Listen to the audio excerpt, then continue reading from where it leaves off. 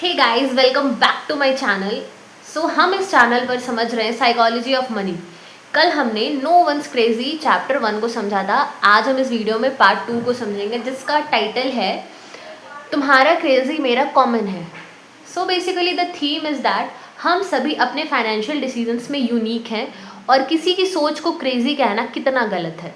Let's get started. आपने कभी किसी को कहते सुना है कि इतने महंगे जूते क्यों ले लिए, पागल है क्या?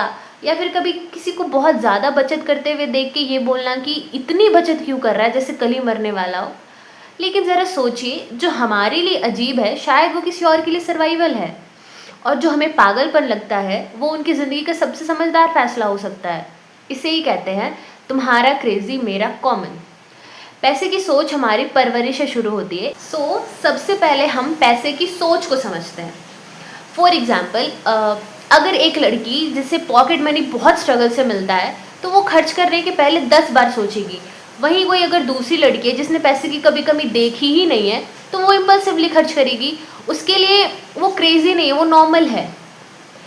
The core message is that हम जैसे पले बड़े हैं वैसे ही पैसे के साथ का हमारा रिश्ता बनता है।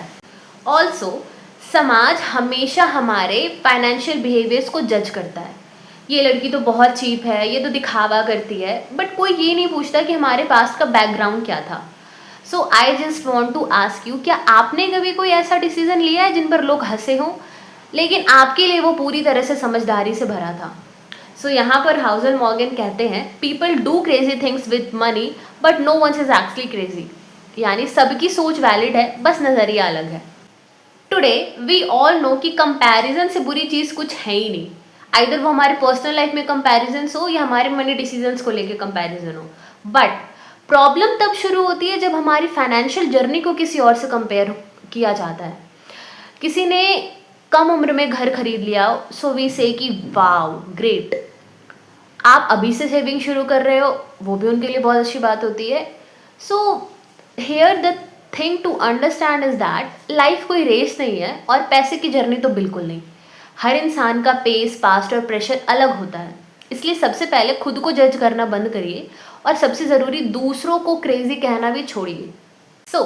आज का सबसे बड़ा लेसन यही है कि आपकी मनी स्टोरी किसी और की मनी स्टोरी से तो मैच बिल्कुल नहीं करेगी, ये बात तो तय है, और यही बात इसे खास भी बनाती है। Here I want to ask you a question, क्या आपके मनी डिसीजंस के बेसिस पे कभी किसी ने आपको जजी कमेंट किया है? Do share in the comment box and मिलते हैं कल नेक्स्ट वीडियो में, जहां हम बात करेंगे लक और रिस्क के गेम की, किसे लकी कहा जाए और किसे सिर्फ स्मार्ट। मैं हूं राशि और आप सुन रहे हैं मनी की psychology. Thank you and keep enjoying the video.